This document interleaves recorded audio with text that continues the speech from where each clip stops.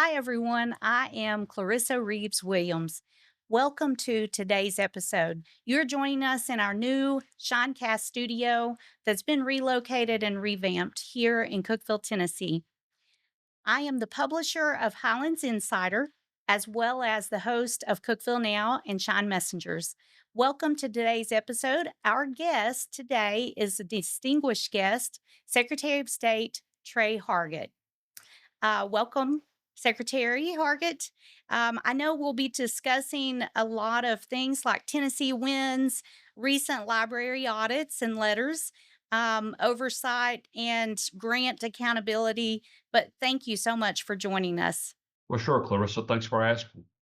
I'd like to take just a moment to let you have a few words, if you'd like, just to have the floor, and then we'll jump into some questions.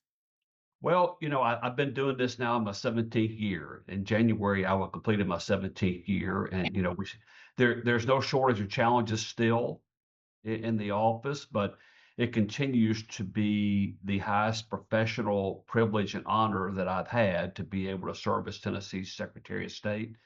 A lot of people don't know how the Secretary of State is elected in Tennessee. I'm elected in a vote by the legislature where I serve a 4-year term. And one of these days, when the Democrats regain control of the legislature, they'll elect their person. Well, But for let's hope now, that doesn't happen. go ahead. I said, let's hope that doesn't happen anytime soon. Well, that's what I hope is that I'm here as long as the Lord wants me, and whenever He wants somebody else to be in the office, He'll put them here. So my job is to do the best that I can with the time that I've been given here. Well, that's very gracious of you.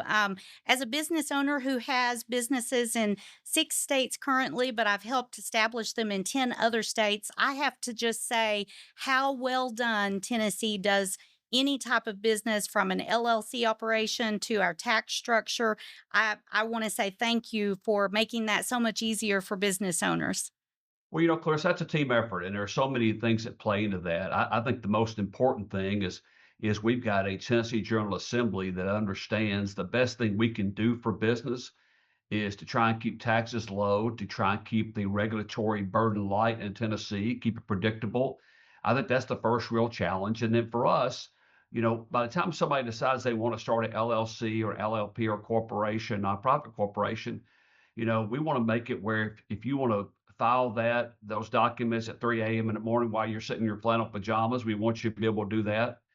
We want to be as painless as possible. Some days we get it right. Most days we get it right, but some days we have our challenges. But I appreciate your kind words because we've got a lot of fantastic state employees day in and day out who take that responsibility very seriously. Well, I think that they are all top notch. Your office actually touches a lot of things from election integrity, which we've won several accolades from many about the election integrity process that we do have here in the state of Tennessee, to oversight of a variety of places. I think your office touches every part of the General Assembly.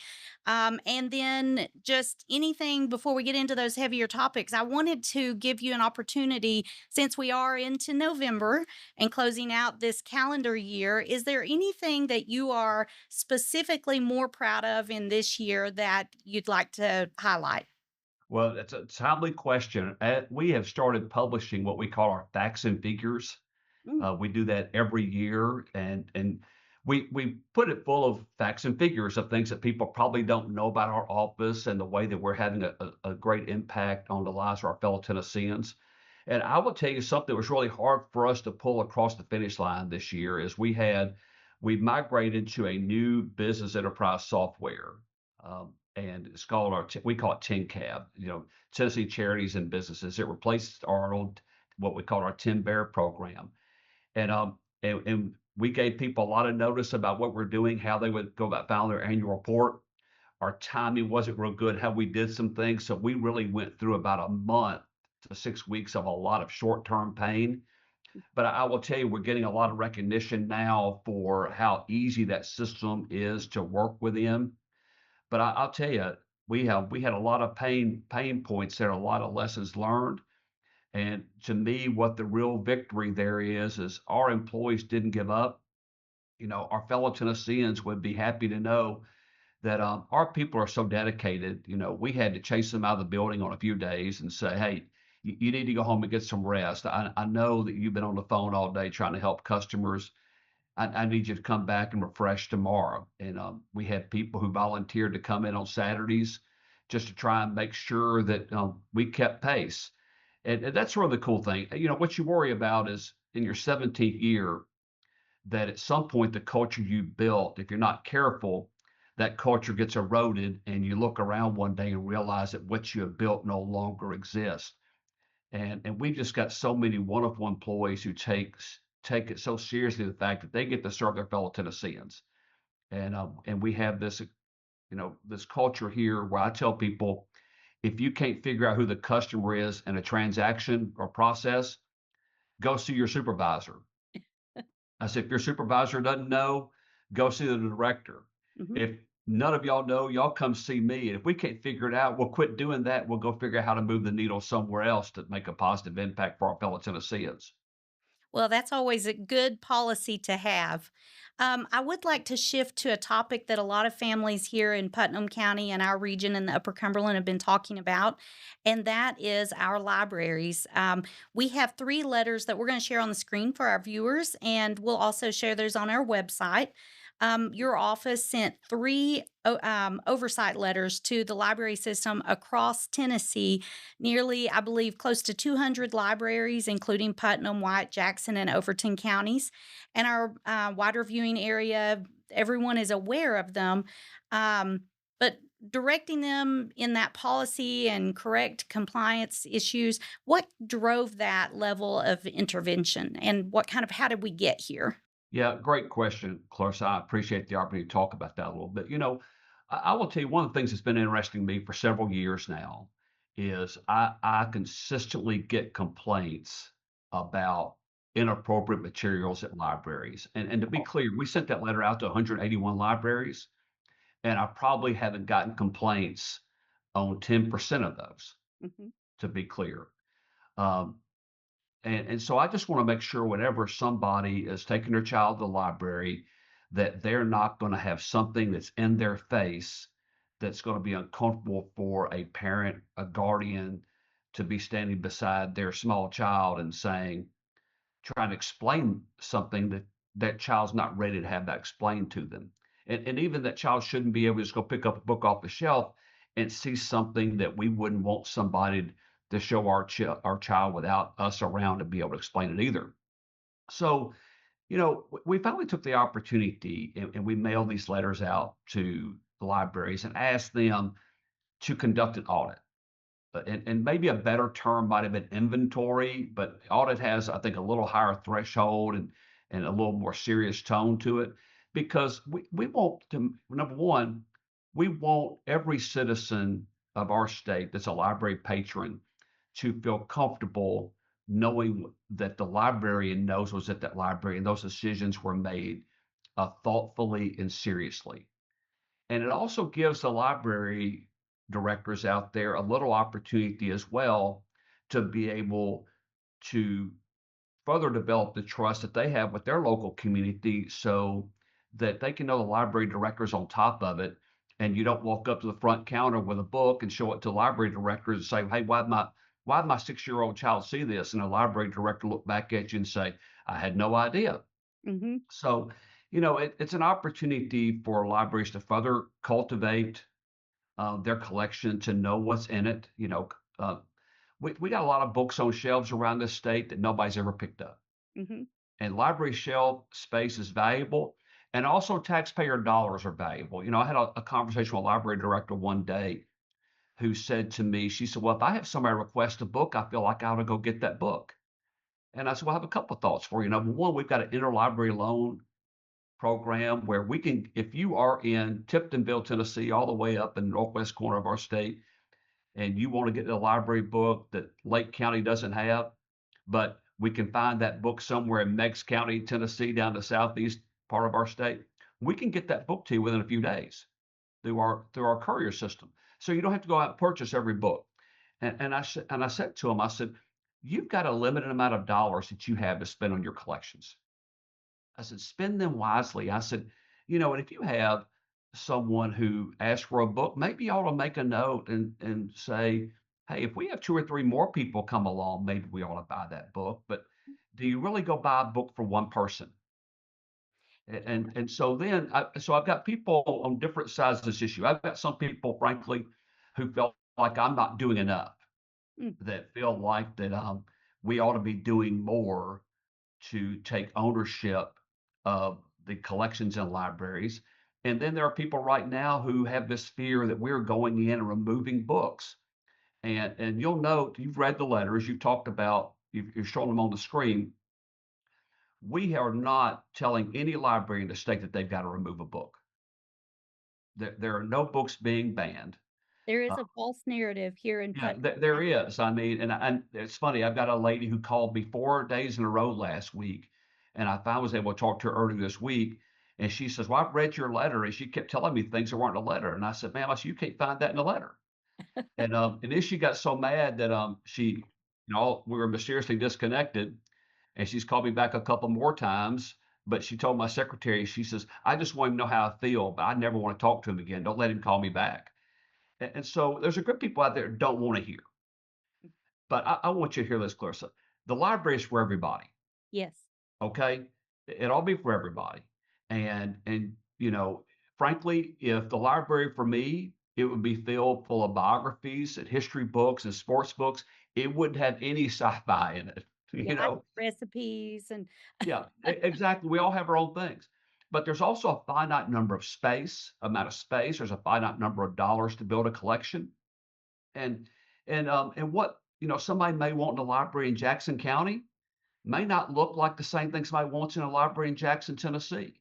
right. And so I just think that patrons, that Tennesseans just want to know that libraries are being thoughtful about their collections.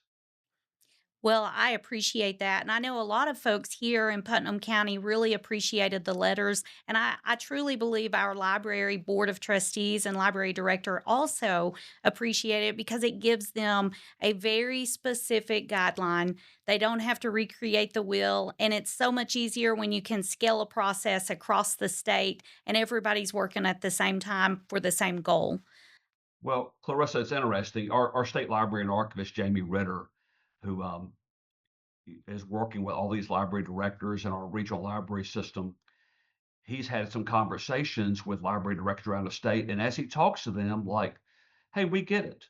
Mhm, We understand this is an opportunity for us to further know what's in our collection and for our patrons to know that we know what's in our collection and us to be thoughtful about it.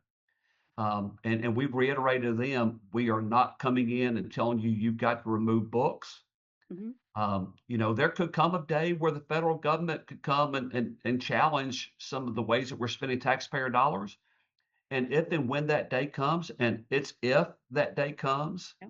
not necessarily when, then we'll have conversations with libraries about those questionable materials and make a decision at that point. But right now, it's really just about knowing what's in the collections. I think I saw a quote from you, and I cannot recall where I saw it from, but you had said, "I can't let the actions of one library impact all of the libraries," or something to that regard. Well, that's right. What we've said is that we can't let one library make a decision that would jeopardize the funding of the others. I'd be real honest. At the end of the day, I don't think that we're ever going to see the federal government come down and question our purchases. Yeah. Okay, but and we also want to make sure that library collections continue to be curated by local citizens, the local library board of directors, the local library director and their board. Mhm. Um, that's our goal. We just think it's a good time to get everybody to take a look at their collections. I think so too. I had a wonderful conversation with our library director. We talked for over 3 hours. It was supposed to be an hour. I promise I won't do that today. But we when we discussed everything, there were a couple of things that she's like, "Hey, I'll have to get back to you on that because this is uncharted territory." And I know that they have made public announcements on the record that they want to get this right. And we did talk a little bit about different components. And I said, well, what if this happens or what if that happens? And her answer was, it won't happen. We will pass. We will be compliant. Well, Um, and there, I'll add this too. Library directors have a hard job. mhm, I mean, you've got thousands of books in that library. And I had somebody who is to the right of me who took a stance and they said, "Well, I know this book is in the library," and they're assuming that there is some ulterior motive on behalf of the library director to have that book somewhere and has a sinister motive to make sure children see it or somebody sees it. And I'm like, do you really think that that library director knows what's on page 178 of that book? I said, come on. yeah. I said, give them a little credit. Yeah. Give them some credit over that. I do think a lot of people were shocked at some of the things we saw in the library. We've been discussing this here prior to your letters, so it was like perfect timing for the letters to come out. I did want to know though, once the audit takes place, I know they have 60 days to turn in everything and complete their collection process. If they find there are books that are on the list that they can't have those in the library, what is the state guidance for books that they find that they can't have? Well, I mean, to be clear, it may not necessarily be can't have. It may just be that's inappropriate for the children or Yeah. juvenile Yeah, sections. exactly. I should So, rephrase that. yeah, so I mean, they need to have it in a place where young eyes are not going to see that material. Yes. But that's the first thing. So it's not necessarily about removing that book. It's about making sure that it's placed in the appropriate area, the age appropriate area. And secondly, if the library director thinks that the book doesn't bring value to the collection, if the board of directors thinks that it doesn't bring value to the collection, then why have the book? Right. And that truism holds. It doesn't matter if we're talking about an age appropriateness issue, or it may just talk about the fact you've got a book that's on the shelf collecting dust that nobody's touched in 10 years. Absolutely. Or I out mean, of date, out of practice. yeah, what is the value of the book in the collection? Well, I know there's also not taking up space, but the digital books. And that's a totally different topic. And I did want to touch on that briefly and see how does that play into this? Is it something that someone from the state library director role they Yeah. would be tasked with that process? Yeah, and so, we have someone on our team who their role is to help curate the collection of our online book circulation. And frankly, we have the same type of reconsideration policies that counties and cities have across the state, that if somebody feels like that there is a book that should not be in a certain section, and there's a way in the online books, the Reads program, Mhm. to you set up firewalls to be able to make sure that your child's not able to see things they shouldn't be seeing. We have to live by those same rules. Yes.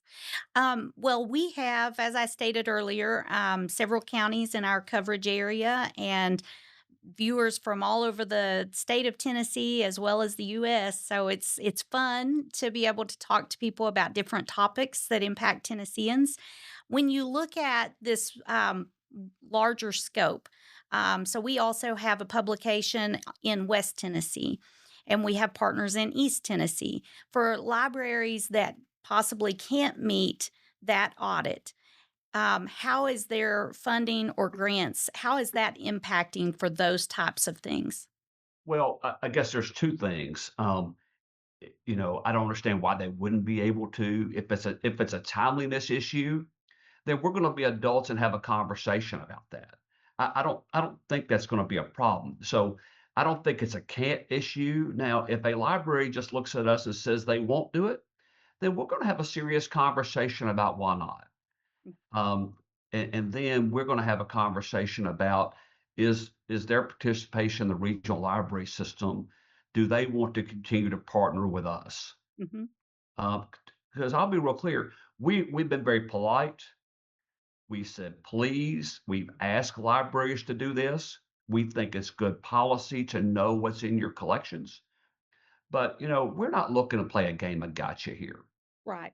And if somebody comes back to us and says, "We had this happen, this happened, this happened, and it's day 60 and we're still not done," we're not gonna be running up there with vans and running lights and sirens to the library. We're gonna be adults about this and have real honest conversations. 'Cause our goal is to have strong libraries around the state that the community can be proud of and that can serve everyone. I think that's excellent. I know in Rutherford County, they had to close the library for a couple of days. I honestly don't know if anyone else is doing that, but I know our folks here have said that they may have to offer their services to help others in outskirt areas that might be a little bit smaller. So that is good to know as well. Yeah, I'm glad you said that. I mean, let's be clear. I don't.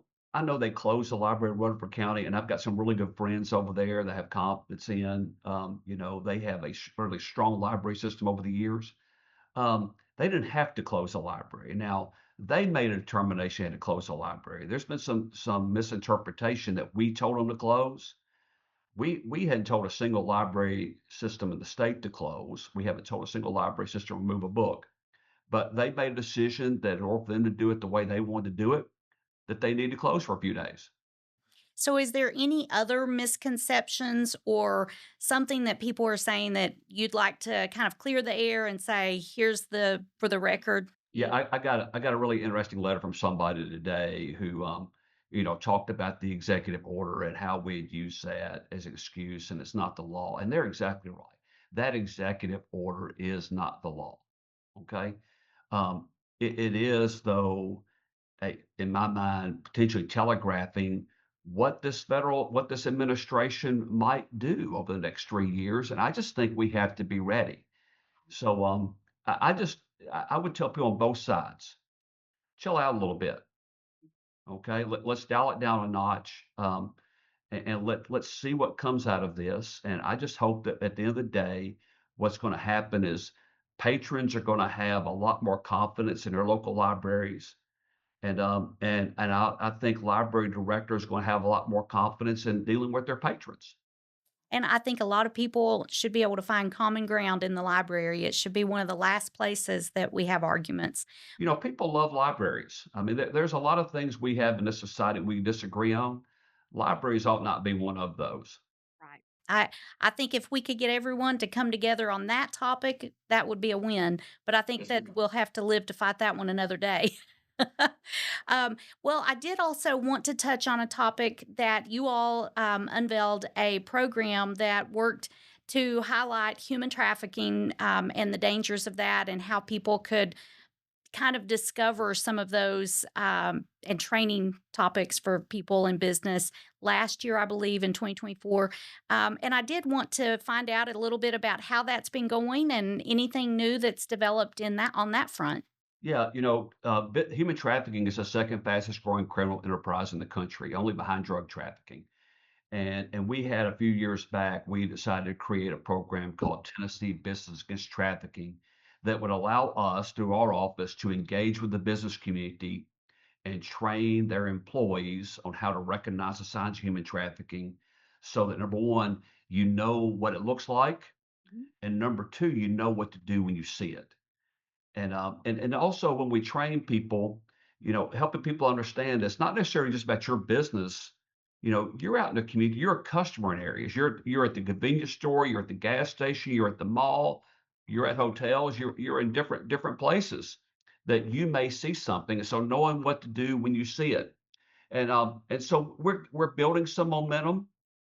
Um, you know, I, but we have barely scratched the surface. And what really bothers me is there's a statistic out there that experts believe that less than 1% of human trafficking cases are ever reported. Oh, And, that's and so and so another statistic I have for you is, we've got into the six figures of businesses that are registered with us. And we only have a few hundred right now that are participating in the program. And so while we feel like we're building momentum, there is so much opportunity out there for us to educate our fellow Tennesseans. And when you border 8 states and you've got all these interstates that run through Tennessee, I mean, we are at a key logistical spot for our country. If we can get more Tennesseans to recognize the signs of human trafficking, then then those people who are moving people through our state, they're Mhm. going to recognize that hey, it's not a safe place for them to do business. Oh, that is a goal that we should all be signing up for. We will share that in our information, so businesses that are not aware of it will be able to sign up, and we will be signing up as well. We are not signed up. I just recently learned of this program, so I think that there's a lot of things that you guys are doing that you all have really moved the needle on a lot of things, and we appreciate all that you all are doing. I also want to let you. Any message you'd like to leave with parents or families who feel maybe maybe they're feeling like they aren't always heard on library topics or other things. What would you say as a word of advice or encouragement to them on either side of the issue? I'm glad you said on either side of the issue. I would tell people get to know your local librarian. And if you get to know your local librarian, you will probably find out there is no big ulterior motive in the things they're doing except to try and serve you and your families. And I tell people all the time, if you want to find somebody who can do something right and do it inexpensively, probably go find a teacher or a librarian somewhere, and they'll know how to do that. And libraries are so much more than what they were when I was growing up. When I was growing up, you went and checked out a book. 2 weeks later, you're supposed to bring the book back, and that's you might have a summer reading program. And now libraries are at the forefront of doing so many different things, whether, it's a community center where people are using the meeting room there. They're coming and embracing technology. Some people don't have the internet in their home, don't have a computer at home. That local library is their lifeline to that. So, one of the most dangerous places you can be after school is out is in between the front doors of the library and the computer bank, because a lot of those students are coming in and trying to get their homework done because when they go home, they don't have a computer, they don't have the internet. So, our library directors are having to fill a lot of different roles. I'm proud of them Mhm. for how they handle those responsibilities, and they really have a true love for the community. So, I would just tell anybody get to know your local librarian and give them benefit of the doubt. Well, I appreciate the time today, and I'll ask if there's anything else you'd like to cover that we didn't discuss in our time Well, today. well, yeah. I mean, you didn't get me the opportunity to talk about that. We are now number one election integrity for the fourth year in a row. So, Um, I we're was we're talking. we're proud of that. That's a great credit to our wonderful state legislature, headed up by Speaker Cameron Sexton, who's probably in your listenership viewership area. We've got some great legislators who help make sure we have great laws to go enforce. But what's in the secret sauce is Republicans and Democrats work together. They keep each other accountable. And I will tell you what, in every one of those counties you named, Republicans and Democrats are working together to make sure that every eligible Tennessean has the opportunity to register to vote and have their vote cast and have it not canceled out by somebody who's voting illegally. Yes, I agree 100%. We need to have everywhere across the United States, it should be set up the way we have it. We have a gold star election integrity program. And Is I this do. on, is this on video? Are people going to be able to see Yes. this? I Yes. got one last thing I'll show you. Then. Okay. You mentioned the gold bar. This is the championship belt right here. Oh, wow. Number one election integrity. That is impressive. Yeah, It's like the world wrestling of integrity in that's what it is. elections. That is really cool.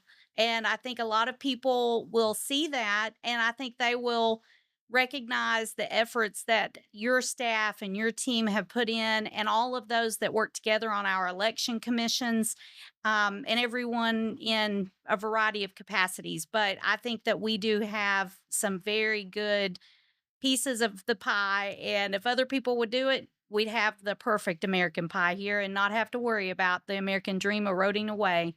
Well, speaking of pie, have a happy Thanksgiving. You too. I appreciate that.